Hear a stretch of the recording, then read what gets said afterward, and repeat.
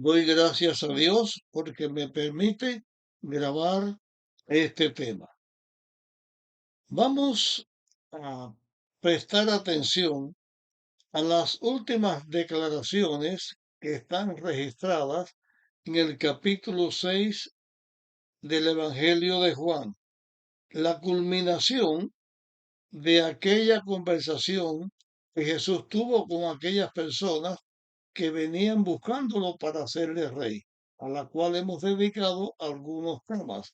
Ahora hay en esta parte algunas cosas que queremos señalar. Así que comenzamos con el versículo 60 que dice, al oírlo, muchos de sus discípulos dijeron, este lenguaje es duro, ¿quién lo puede aceptar?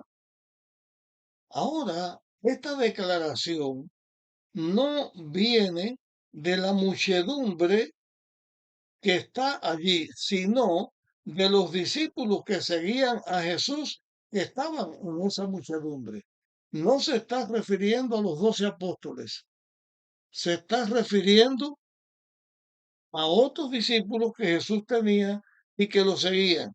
Cuando ellos escuchan esta declaración de Jesús de comer su carne, de beber su sangre, escuchan toda esta declaración, ellos tampoco entendieron y decían, quién puede aceptar esto?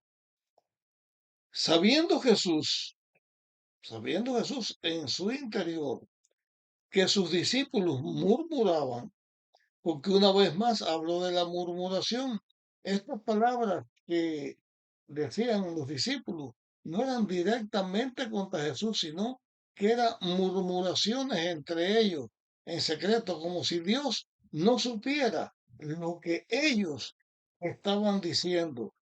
Por eso el texto dice, sabiendo Jesús lo que estaban murmurando, les dijo Jesús a sus discípulos, esto os ofende. ¿Qué pasará si vierais al Hijo del Hombre que sube a donde antes estaba? Porque lo que iba a estar con respecto al plan de la redención y lo que Jesús estaba haciendo para salvar al ser humano, Jesús iba a regresar otra vez al cielo de donde había venido.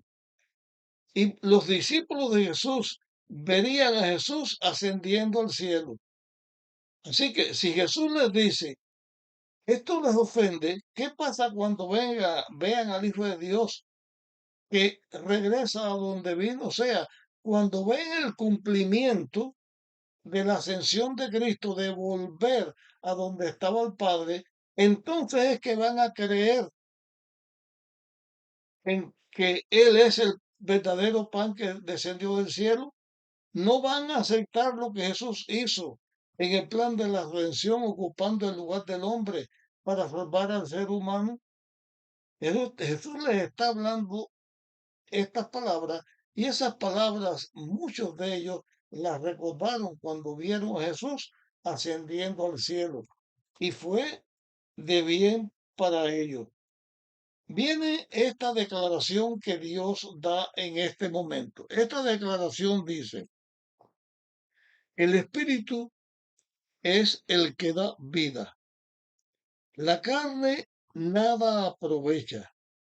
Las palabras que yo os he hablado son espíritu y son vida.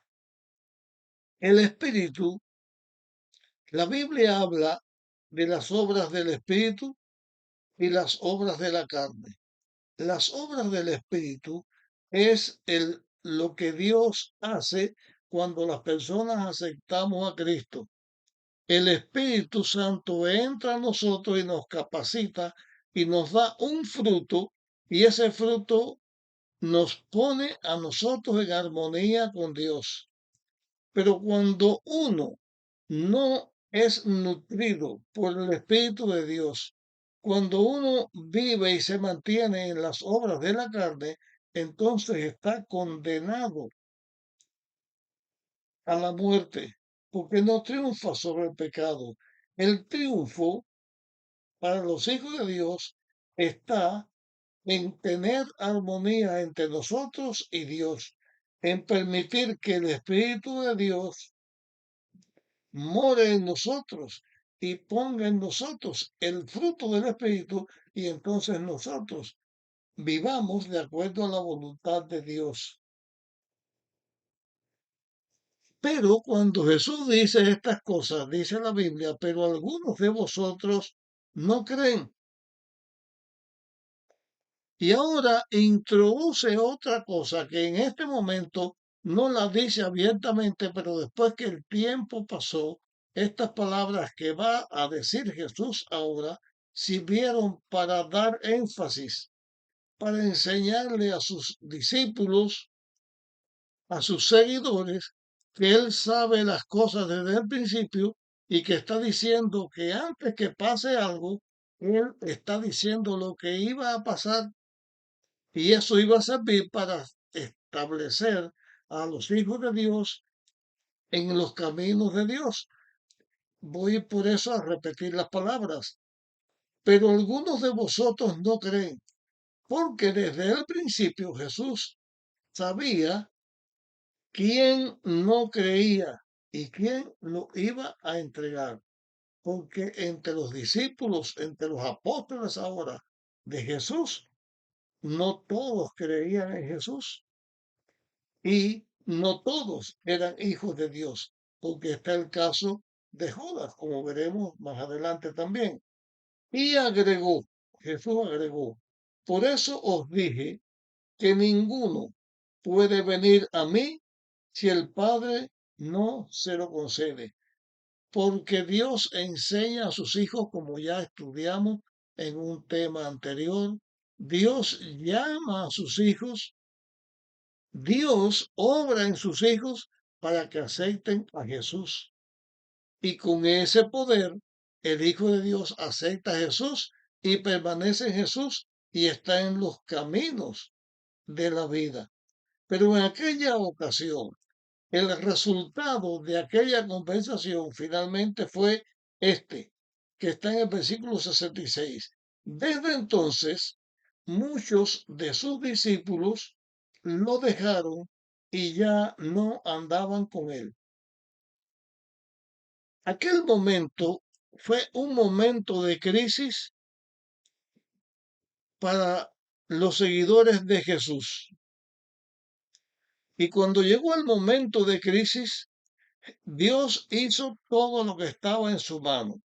Jesús hizo todo lo que estaba en su mano para que sus seguidores le siguieran y fueran fieles. Pero entre las cosas que hizo, Jesús hizo y dijo cosas que ellos lo verían cumplir después. El objetivo es que como todavía había gracia de Dios para la salvación del hombre, si alguna persona se desliza o se deslizaría, al ver el cumplimiento de las palabras de Jesús, pudiera recapacitar, reflexionar y volviera a los caminos de Dios. Porque en la lucha entre el bien y el mal, no siempre todo el que comienza en el camino se mantiene en el camino. Y cuando una persona acepta a Dios y deja los caminos de Dios, está perdido para siempre. Puede arrepentirse y puede volver a Dios. Sí puede arrepentirse, puede volver a Dios y Dios no le echa fuera. Pero entre aquellas personas, entre aquellos discípulos, hubo muchos que se apartaron de Jesús y nunca más volvieron a estar con Jesús. Quedaron condenados a la muerte eterna porque no aceptaron por fe al pan de la vida que Dios había enviado. Y entonces vienen unas palabras que a mí me hace reflexionar mucho. Y estas palabras son las siguientes. Dijo entonces Jesús a los 12, ahora le habló directamente a los 12 apóstoles. ¿Queréis iros vosotros también? En el momento de crisis, cuando muchos estaban abandonando a Jesús, Jesús les dice, ¿quieren ustedes irse también? Le estaba dando la oportunidad, porque Dios no impide que una persona que lo aceptó se vuelva del camino de la salvación. La Biblia habla de esto con dos similitudes. Una como el perro que vuelve a su vómito, porque el símil es que el perro se alimenta, después vomita y se lo come. O sea, una persona dejó las cosas del mundo, aceptó a Dios, después deja a Dios y vuelve a las cosas del mundo. Y la otra es como el puerco que se lava y después se vuelve a revolcar dentro del cieno, dentro del barro, del fango. Se vuelve a ensuciar. Las personas cuando aceptamos a Jesús somos libres para seguirlo o para no seguirlo. Dios no obliga a nadie. Por eso Jesús les dice, ¿quieren ustedes también irse? Cuando Jesús les dice en este momento de crisis a sus discípulos que si se querían ir, hubo una respuesta que dio Pedro. Pero antes de analizar la respuesta que dio Pedro y lo que significó, yo quiero señalar una vez más algo que he señalado muchas veces en estos temas que estoy compartiendo con ustedes. A lo largo de la historia del plan de la redención, a lo largo de la historia de la iglesia de Dios en la tierra, ha habido momentos, y este momento en que estamos viviendo en estos tiempos finales, ya que Cristo viene pronto, ha habido momentos que parece que el mal va a triunfar,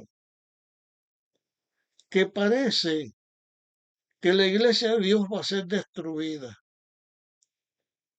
Pero la iglesia de Dios nunca va a ser destruida. El mal nunca va a triunfar, porque aunque el mal triunfe en la humanidad entera, pero si hubiera una sola persona que acepta a Jesús y es salvo, por esa sola persona Cristo hubiera venido a salvar al ser humano.